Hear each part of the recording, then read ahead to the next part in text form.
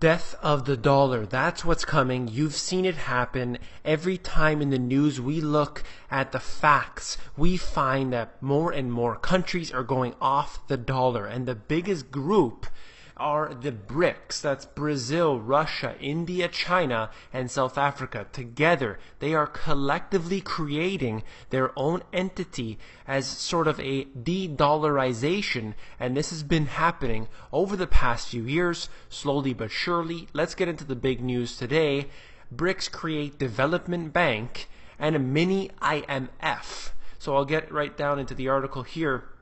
The BRICS group of emerging powers created a Shanghai-based development bank and a reserve fund seen as the alternative to the Western-led institutions. So these countries here for years have had to deal with institutions like the IMF, and the IMF is undoubtedly one of the most oppressive tyrannies that this world has. I've covered it in my book, of course, for those who have read it, and you'll know that there's an entire chapter on that because they are extremely tyrannical in what they do. They give you an interest rate and a loan with terms you simply cannot pay back. And these countries have been victims of that over the past few decades. So they don't want that anymore, and they're collectively joining together, joining forces in order to sort of get their alternatives going. So they have created what would be seen as an alternative to the World Bank and the IMF. So they're doing this now. Now it is coming slowly. I'll get into this one here. They say that the BRICS agree on a $50 billion bank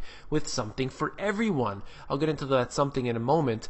However, 50 billion is a small number. It's really just, a drop in the pond compared to the other countries, but it really marks a symbolic gesture against the US, against the UK, and all of the other superpowers of the world, and they're saying, we're going to start doing things on our own. And of course, you can't just shake things up and do this overnight. It has to be done slowly. But take a look. This is what's happening. They are de-dollarizing. They are starting to do trade in between each of the countries. I've gone over this before. This is a currency war, and now they're starting to set up the political system behind that, where they can basically do trade, free trade agreements, so on and so forth between each other, and they're going to go and they are going to get off of this dollar. So just very quickly, I'll mention that the Development Bank granting China its headquarters. India's get the first rotating presidency, and Brazil, Russia, and South Africa were also granted posts or units in the new bank. So they all get something,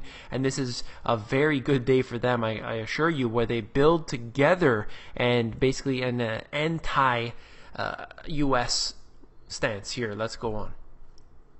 This is basically a little chart here that just shows you the BRICS and what they're all made of. I'll just scroll down just briefly and basically showing you that, look, the world's GDP, the BRICS make up about a quarter of it. So that is, it's fairly significant. However, it doesn't really compare to the US.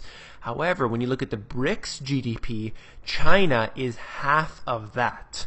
Now, you look at the population, they have a large percentage of the population. So the point I made in my book was that if China, for example, makes just 1% change, 1% of their population makes a change, like moving into the cities away from the rural areas, it makes a dramatic shift from commodity usage and essentially all the other things that go along with that. So basically, there are dramatic shifts that are about to occur, and this is going to go on over the next few decades, not going to happen overnight. But the BRICS are the countries to watch for. Slowly but surely, look at the deals and the pacts, the agreements that they make. BRICS countries are building a new internet hidden from the NSA, something I've covered before, and basically this was back in 2012 what they're showing here.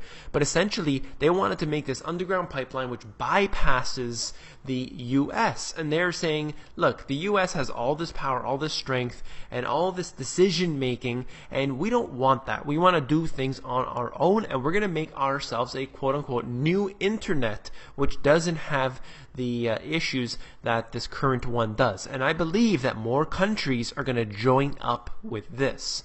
And one of the things I wanted to note from the IMF, because ultimately they want to get away from the IMF stronghold, and I don't believe that necessarily their own version of the IMF is going to be much better, but for them, it will get them away from this, and that is the IMF's way that they intrude on certain countries. So they get in there, for example, with Greece, they get in, they start making the rules, and they give them terms and conditions that are simply impossible for them to pay back.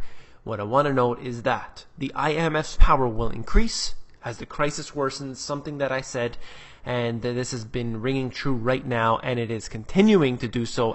Continually, you see the IMF gaining more and more power, and it is absolutely obvious, and this is why these countries, the BRICS, are going away from that.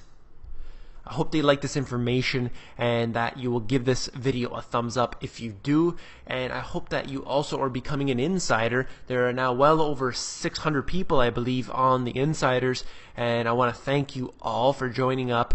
And there's some room still in there, I've checked, and it looks like I'm okay in terms of that. I hope that you'll join the others on there. It is at themoneygps.com. At the bottom, you fill in your email address, and you get occasional emails from me with short, concise info.